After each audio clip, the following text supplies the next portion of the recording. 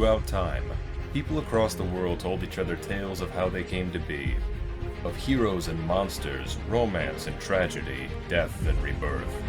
Mythology helped shape the ancient world, explaining the unexplainable.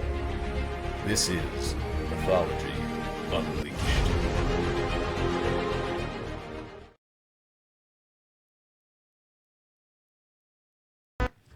In the southern United States, there is a city on the Mississippi River filled with mystery and enchantment.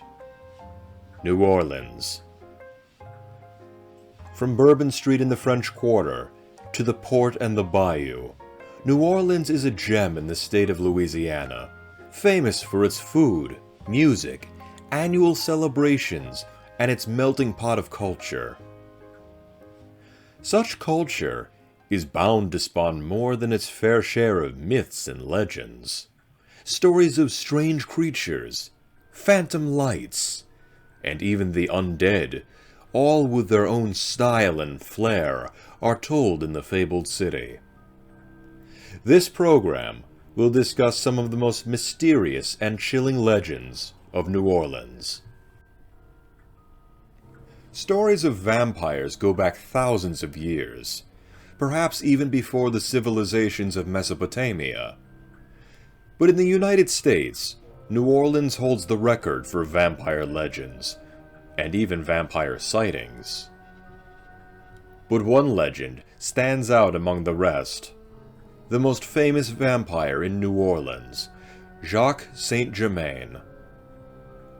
According to the legend, Saint-Germain immigrated from France to New Orleans in 1902, where he earned a reputation for throwing lavish dinner parties for New Orleans' wealthy citizens. Bizarrely, however, he was never seen to dine with his guests. His wealth, his shadowy background, and his aloof and almost alien behavior, coupled with his gentlemanly charm, made him the subject of many rumors. One night, screams were heard from Saint-Germain's home, and a woman jumped from the second-story balcony of his house. People coming to her rescue heard her raving that she had been attacked by Saint-Germain, and that he had bitten her on her neck. The woman was taken to the hospital, where she later died. When police searched Saint-Germain's home, they found bloodstains and wine bottles filled with human blood. But there was no sign of the man himself. To this day, Saint-Germain and other suspected vampires are said to lurk in the French Quarter, preying upon the unwary, wandering alone at night. In addition to vampires, New Orleans has its own legends of werewolves. Called the Rougarou, or Lougarou, the monster is said to prowl the bayous and marshlands of the greater New Orleans area. According to Cajun folklore, a person may become a Rougarou either when they fail to observe Lent for 7 consecutive years, or if they have been cursed by a witch. During the day, the creature maintains human form, their condition kept a secret from the rest of the world. But at night, they transform into a wolf-like beast, and the Rougarou proceeds to prowl the fields and bayou, looking for prey. The unlucky individual cursed as the Rougarou is then under the spell for 101 days. After that time, the curse is transferred from person to person when the Rougarou draws the blood of another, either through biting or clawing, and the cycle continues on.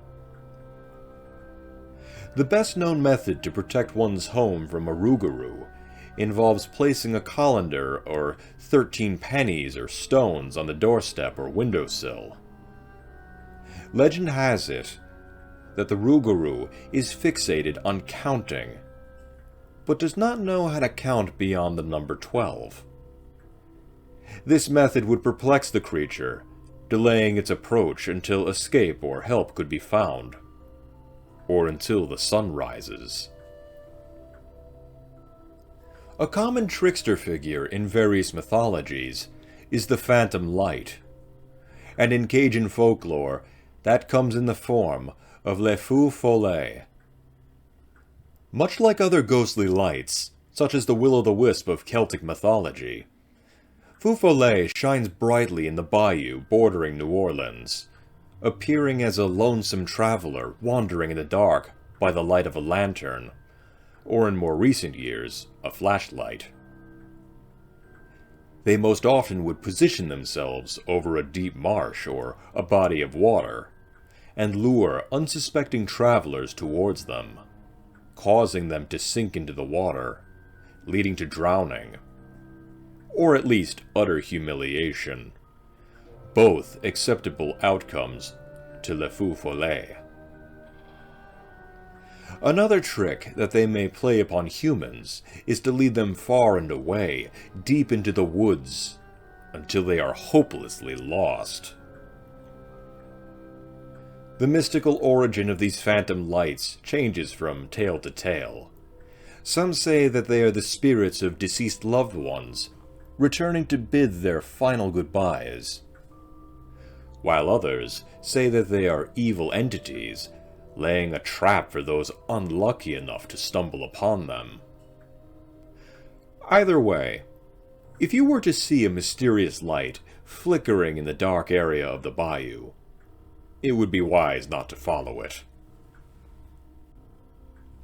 Towards the east of New Orleans lies a fabled road that leads to the home of a group of hidden folk and their monstrous protector, the Grunches.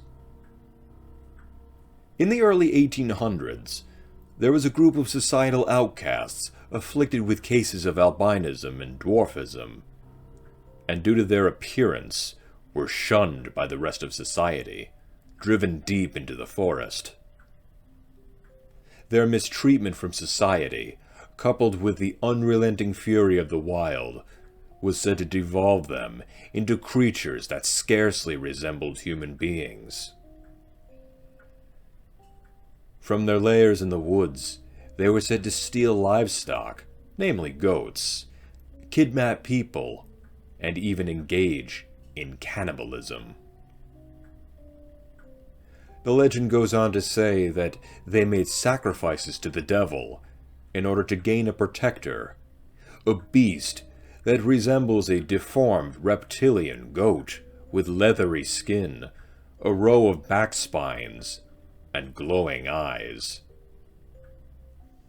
Like Chupacabra of Latin American folklore, the beast of Grunch Road is said to drain the blood of livestock and even people. Though the location of Grunch Road and the origins of the Grunches and their beast is widely debated, the story remains one of the most popular and chilling. Our final legend of New Orleans addresses the seemingly endless supply of ghostly activity all across the city.